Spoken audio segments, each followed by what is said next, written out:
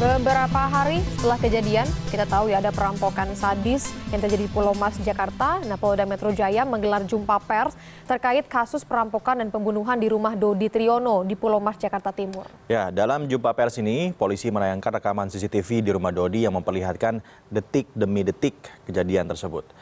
Di sela-sela memutar rekaman CCTV itu, Iriawan juga bertanya kepada Ius Pane, apakah mereka menyasar rumah Dodi sebelumnya atau memang mencari secara acak. Ya, dari rekaman CCTV diketahui aksi perampokan terjadi pada Senin 26 Desember 2016 pukul 14.26 waktu Indonesia Barat. Nah, sementara 11 korban yang ada di dalam rumah termasuk Dodi ditemukan pada Selasa 27 Desember 2016 sekitar pukul 10.10 waktu Indonesia Barat. Besok hari jam 10:10 bisa buka kamar tersebut. Itu yang pertama, mereka tentu berebut oksigen, keterangan daripada yang hidup. Kedua, ternyata Pak Dodi sempat mematahkan grendel pintu kuncinya. Itu keterangan dari pembantu. Yang kami sangka pertama adalah dipatahkan oleh pelaku kan, karena ternyata keterangan daripada pembantu. Ya, untuk mengetahui kondisi di TKP jelang pra-rekonstruksi hari ini, sudah ada koresponden CNN Indonesia, Mumtazah Chatradiningrat di Pulau Mas, Jakarta. Good morning, Taza. Ini menjadi satu babak baru lagi untuk mencari fakta. Hingga hampir pukul 8, bagaimana situasinya di sana? Ya, good morning Dahnia dan juga Prabu. Kalau Anda lihat memang di belakang saya baru saja pihak media tidak disuruh mundur begitu melewati batas polis line ini karena memang proses prarekonstruksi sesaat lagi akan dimulai begitu. Dan memang untuk proses ini para pihak media tidak diperbolehkan untuk melakukan peliputan hingga ke dalam, hanya ada yang di luar ini saja begitu. Dan memang para petugas kepolisian yang akan melakukan proses prarekonstruksi pagi hari ini telah datang sejak pukul 7 pagi hari tadi. Sehingga memang saat ini Jalan Pulau Mas Utara di mana lokasi TKP ini berada sudah ditutup sejak pukul 7 pagi hari ini untuk kemudian memberikan batasan bagi warga yang mungkin saja datang melihat begitu. Dan ini bisa dilihat sendiri bahkan di depan rumah pun juga diberikan batas polisi khusus begitu, tidak hanya di depan jalan memasuki Jalan Pulau Mas Utara ini. Dan rencananya akan dilakukan sesaat lagi akan dimulai proses prarekonstruksi. Saya melihat di sini para anggota yang memainkan peran-peran mereka sebagai saksi dan juga korban sudah diminta untuk memasuki kawasan TKP begitu.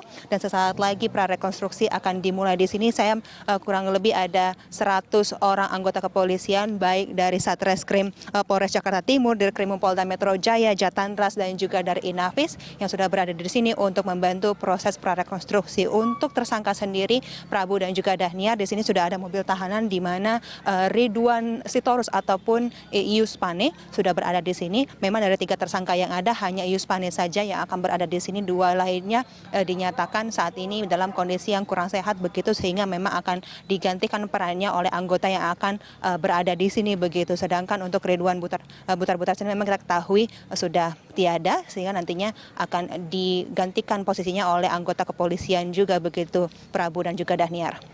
Artinya nanti Ius Pane ini akan juga memberikan konfirmasi ya tentang bagaimana jalannya rekonstruksi di TKP pagi hari ini, Mumtazah.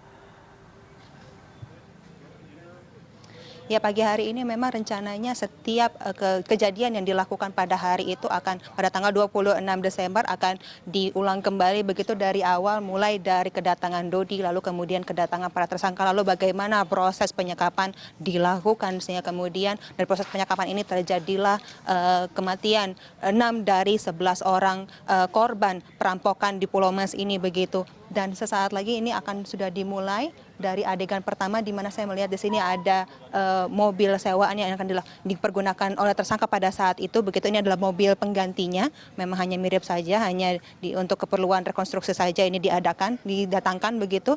Lalu akan dimulai bagaimana proses ini akan dilakukan begitu, apa yang mereka lakukan step by stepnya begitu dari awal hingga akhirnya mereka memutuskan untuk meninggalkan tempat kejadian perkara. Nah, dari sini memang akan dilihat apakah ada kecocokan antara sementara kesaksian baik dari saksi ataupun dari korban dan juga dari tersangka untuk melihat bagaimana proses ini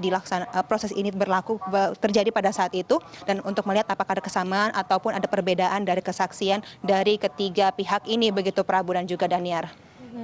Taza, selain tersangka tadi yang dikatakan Yuspane, apakah ada korban selamat yang saat ini tentu saja menjadi saksi didatangkan dalam prarekonstruksi hari ini? Ya, Daniar, mengingat mereka ini masih memiliki trauma begitu, apalagi anak dari Dodi yang mengalami trauma dan juga menjadi korban dalam kasus ini.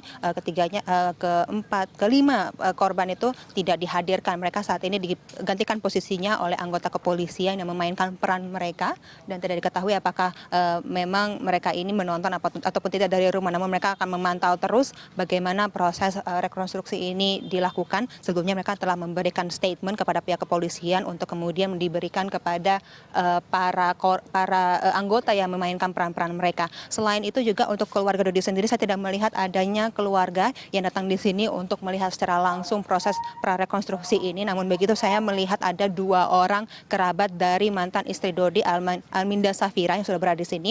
Mereka menyatakan akan ada kerabat dari Vira sendiri yang akan datang pada hari ini. Namun mereka hanya menyatakan akan melihat saja dari kejauhan begitu bagaimana proses rekonstruksi ini akan dilakukan, dan juga untuk memberikan support kepada keluarga begitu.